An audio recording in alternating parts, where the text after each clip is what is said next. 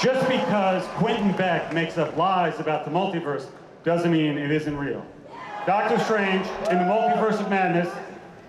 I mean, what excites me about Doctor Strange is what made him great in the comics, that he doesn't fight villains from this Earth or even from this universe, but from the multiverse and from other dimensions. So you get into all kinds of psychedelic weirdness, which this movie is going to. But when I came and talked to Kevin about doing a sequel, I said, I don't want to do just another sequel to do a sequel. If I'm going to do it, it has to go into the territory that drew me into the Doctor Strange comics in the first place, which is how they dipped into the gothic and the horror and the horrific, and we're going to make the first scary MCU film. So what's next for him? Just easy softball questions. I think, yeah, just some, home economics and cooking, knitwear, and a kind of crazy line in horror. Look, I'm really excited to be at the dawn of this project, and I think it's vital to maintain the integrity of humor and stuff that we had in the first film, but with this twist of horror, which I think will really have people gripped. Is that twist of horror going to change any way that you approach him as a character at all, or? He'll be facing unexpected things. I think he'll be in a position, rather like the audience, of not knowing what's coming at him. There was a lot of authority to his character, I thought, in the Avengers iterations and even in Thor as well. So we're going back to kind of trying to destroy him a bit, I think. Obviously, early days, but when you have a strong sorcerer, it also helps when you have a strong witch. And the Scarlet Witch is appearing in this movie alongside her. Let's bring Lizzie Olsen back out. Is there anything that you can tell us about how your Disney Plus show will play into Doctor Strange and the Multiverse of Madness? I don't know if I could answer the how, but I think I'm really excited to be able to link one story on one medium and bring it into the features. We haven't done that yet, and I think that's super unique to MCU. I really like the character of Nightmare and the concept that the nightmare realm is a dimension. I always thought that was one of and that's early. That's like in the first Strange Tale. I think that's in the introductory episode of Doctor Strange, and I always loved that. We decided not to do that just because that's a bit of a complex idea to try to introduce everything that we do introduce and introduce the idea of nightmares themselves as being another dimension. I hope somewhere down the line we get to explore that because I think that's a super cool concept. Welcome back, everyone. It's Charlie. This is going to be my new Doctor Strange 2 Ghost Rider video, mostly talking about Ghost Rider. There's a lot of other Doctor Strange 2 news in the supernatural MCU stuff that they're setting up, but recently you probably saw a bunch of news announcements about them canceling all the Ghost Rider projects that they were working on in favor of MCU projects. So everyone, put your conspiracy hats on and we'll break it all down. We're still doing the giant Infinity Saga box set giveaway. All you have to do to enter that is be a subscriber and leave your best MCU Ghost Rider theory on the video. We'll just break this down top 5 style because there's a whole bunch of stuff getting into what's going on with Scarlet Witch, what they're doing with X-Men Mutants, and then the larger MCU horror movies that they're setting up through Doctor Strange 2 like Blade.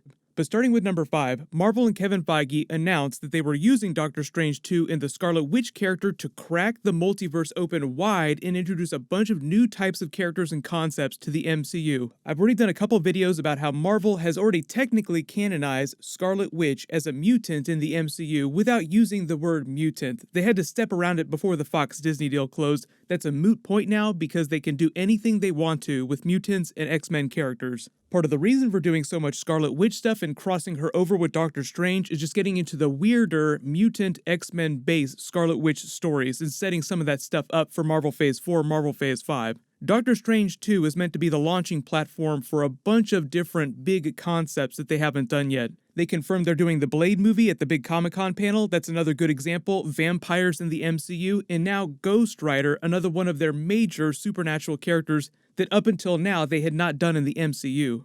In recent years, Agents of S.H.I.E.L.D. introduced the Robbie Reyes version of the character. He's the third version after Johnny Blaze, then Danny Ketch. Recently, Marvel and Donny Cates just created the Cosmic Ghost Rider character. Super popular, but he's a version of Frank Castle Punisher who becomes the next Spirit of Vengeance. And before the summer, you all heard the news about how Marvel Television had been developing a live-action Ghost Rider spin-off series on Hulu starring the Agents of S.H.I.E.L.D. Ghost Rider, and it was meant to cover his continuing adventures. They had started to set up some really big cosmic multiverse stuff with that character that I'll talk about in a second. Previously, the character left S.H.I.E.L.D. at the end of Season 4 talking about how he'd been fighting this giant interdimensional war, And that was the S.H.I.E.L.D. writers' way of explaining why he wasn't around, one, because they couldn't use the character in every single episode, and at the same time trying to incorporate elements of Avengers Infinity War and Avengers Endgame, broadening the multiverse stories as they're now doing through Doctor Strange 2 in the movies. This is the clip he went out on, talking about this big multi-dimensional conflict that he was fighting in.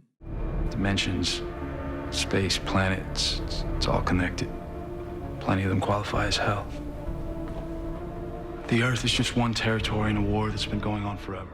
They did a pretty decent job with the character for the budget that they had. It should go without saying that the MCU version of Ghost Rider, when they do introduce him, is going to be way, way bigger. But if you didn't watch that season of Agents of S.H.I.E.L.D., they did do a version of Johnny Blaze and Danny Ketch with some cutscenes and Easter eggs for Robbie Reyes' origin story. So they were doing comic book Ghost Rider backstory. Eventually, the idea was that they would use that Ghost Rider spin-off series they were doing on Hulu to explain more about the cosmic multiverse story they had been setting up with his character. 3, I recently did a video about how Marvel now completely just changed everything about the way it handles TV shows in the last couple of months. Kevin Feige was promoted to oversee all aspects of storytelling from Marvel, so he's in charge of all Marvel television shows, all Marvel movies, and now all Marvel comics. When that happened, he snapped a ton of Marvel TV shows, including the Ghost Rider TV show that he himself did not develop. Like, he didn't have any hand in developing the Robbie Reyes version of Ghost Rider for Agents of S.H.I.E.L.D. Formerly, Marvel said that they and Hulu had just parted ways and wouldn't be going forward because of quote-unquote creative differences. But put your conspiracy hats back on, because what's really going on is that now the vast majority of Marvel's new TV shows will come through Disney Plus, be really big budget, and totally connected to the MCU. Like when Daredevil comes back, he'll be MCU Daredevil. The same is true for Ghost Rider.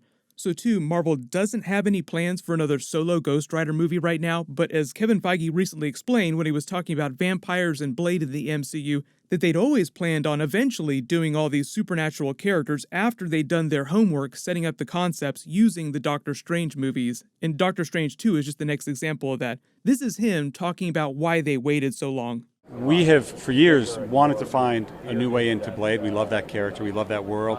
Now with Doctor Strange and the supernatural elements coming into the MCU, it felt like we could definitely start exploring that. Mahershala wanted to come in and meet with us. And when Mahershala Ali wants to meet, you take the meeting. And I think he had just come off of his second Academy Award. And we were talking, he was very polite, and he was talking about what a fan he is, and then he just cut right to it and was like, Blade.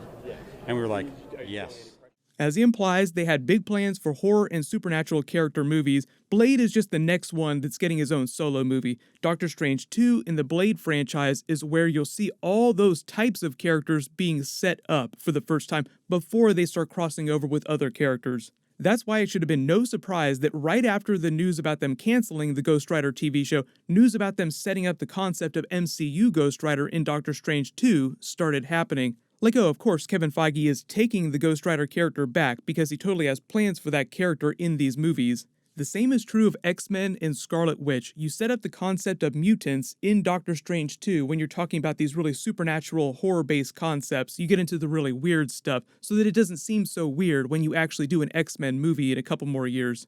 So right now, my early prediction for Ghost Rider showing up in the MCU are that when Doctor Strange and Scarlet Witch are traveling the multiverse during Doctor Strange 2, battling Nightmare, as it sounds like he's the villain, like Scott Derrickson is saying during that clip, they set up the concept of the Spirit of Vengeance, the idea of Ghost Rider, and set up the concept of vampires and other types of supernatural creatures.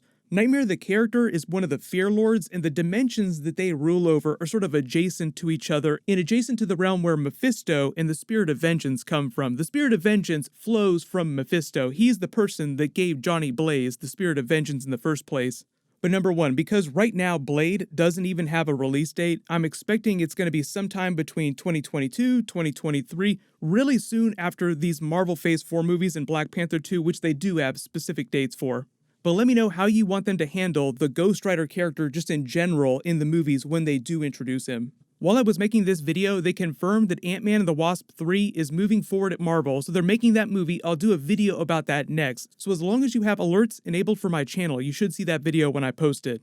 So everybody, click here for that brand new Avengers 5 announcement, and click here for The Boys Season 2 teaser trailer. Thank you so much for watching. Everybody stay awesome. I'll see you guys tonight.